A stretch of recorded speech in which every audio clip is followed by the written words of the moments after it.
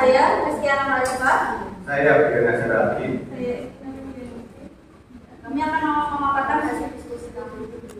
Untuk kasus yang pertama, bayangkan jika Anda adalah seorang guru matematika di kelas 7. Saat ini Anda sedang menyampaikan materi mengenai matematika sosial, yakni mencari nilai rata-rata.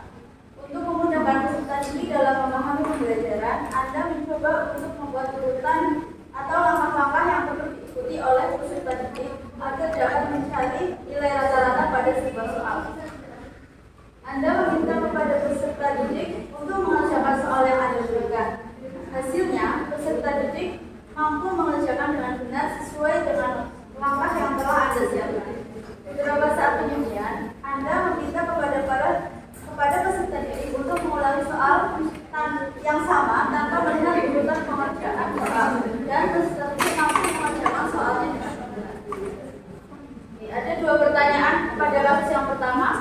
Pertanyaan pertama, menurut Anda apa yang membuat peserta didik mampu mengerjakan soal dengan baik pada percobaan kedua tanpa melihat urutan atau langkah pengerjaan soal? Menurut hasil diskusi kami, peserta didik sudah memahami langkah-langkah yang diajarkan sehingga mereka mampu mengerjakan soal tersebut tanpa harus melihat kembali urutan atau langkah-langkah pengerjaan soal. Yang kedua, sebagai seorang calon guru, dalam kegiatan belajar yang seperti apa metode di atas dapat diterapkan? Elaborasi jawaban Anda dengan menyertakan teori yang berbeda. Metode tersebut di atas dapat diterapkan dalam kegiatan pembelajaran yang menggunakan pelatihan soal dan penugasan. Hal ini sesuai dengan pendekatan behavioristik yang mementingkan pembentukan kebiasaan melalui latihan atau pengulangan. Kemudian kasus yang kedua akan dibawakan oleh Mas Fian. Selanjutnya, untuk kasus kedua, Rina adalah seorang guru di kelas 1 SD. Sebagian besar peserta didiknya belum bisa berhitung dengan lancar. Rina sedang memikirkan cara yang sesuai untuk membantu setiap peserta didik menyelesaikan tantangan belajarnya.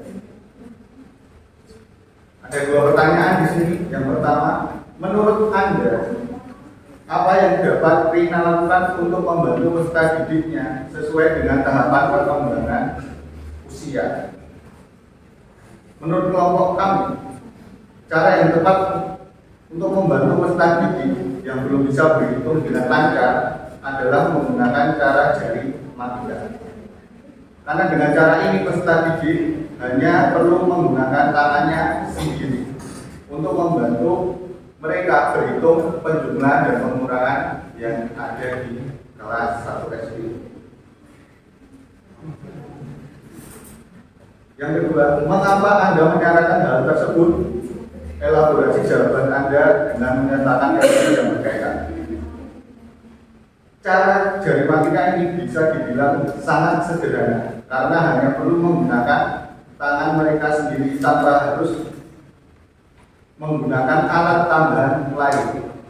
Metode ini sesuai dengan teori belajar sosial kognitif, di mana teori tersebut berfokus pada proses belajar peserta didik dan memberikan strategi tepat berdasarkan fungsi kognitif. Dan fungsi kognitifnya di sini pada tahap perkembangan pra-operasional peserta didik yang sudah mampu memahami realitas lingkungan dan menggunakan tanda-tanda simbol. Selain itu, di sini cara jari matika ini juga bisa digunakan untuk jangka panjang. Jadi untuk kelas di kelas 9, kelas 2, 3 dan seterusnya yang menggunakan aturan perkalian dan pembagian bisa digunakan juga cara ini. Kemudian selanjutnya akan dilanjutkan oleh Mbak. Selanjutnya untuk kasus yang ketiga, di sini ada Nadia adalah seorang guru mengajar di salah satu sekolah negeri di wilayah Bali.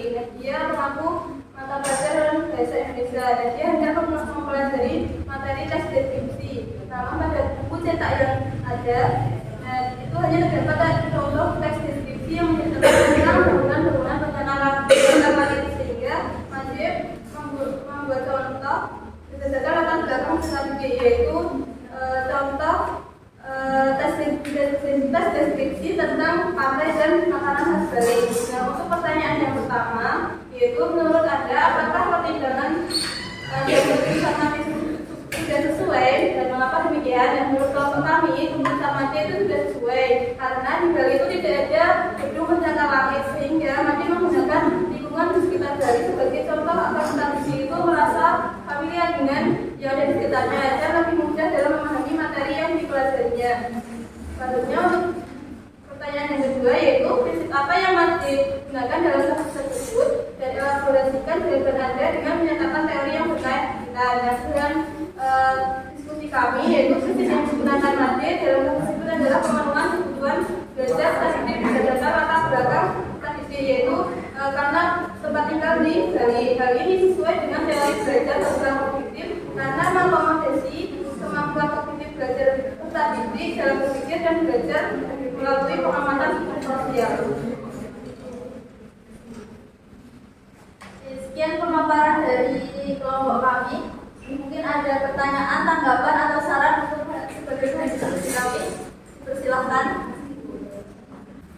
Izin bertanya kepada kelompok 5 terkait dengan kasus yang kedua tadi. Tadi kan disebutkan bahwa cara yang digunakan itu adalah menggunakan jari matika. Nah, apakah selain menggunakan jari matika itu ada cara lain yang sekiranya bisa untuk variasi pembelajaran di kelas? Karena kan rata-rata kelas 1 itu kan usianya tadi baru 7 tahun. Mereka pasti kan mereka cepat bosannya kalau hanya menggunakan satu metode aja. Baik, saya akan mencoba menjawab pertanyaan dari Mbak Mia. Cara lain yang bisa digunakan itu adalah dengan permainan dan bernyanyi.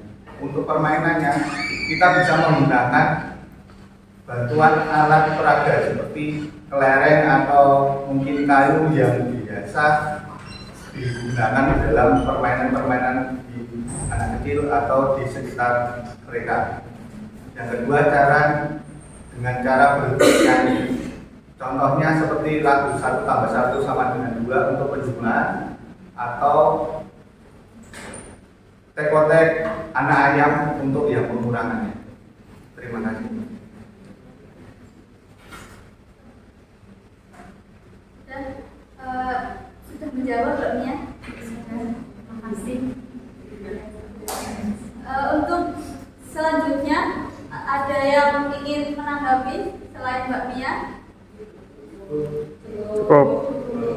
Kalau sudah cukup, kami akhiri presentasi kami. Terima kasih atas perhatiannya. Wassalamualaikum warahmatullahi wabarakatuh. Waalaikumsalam.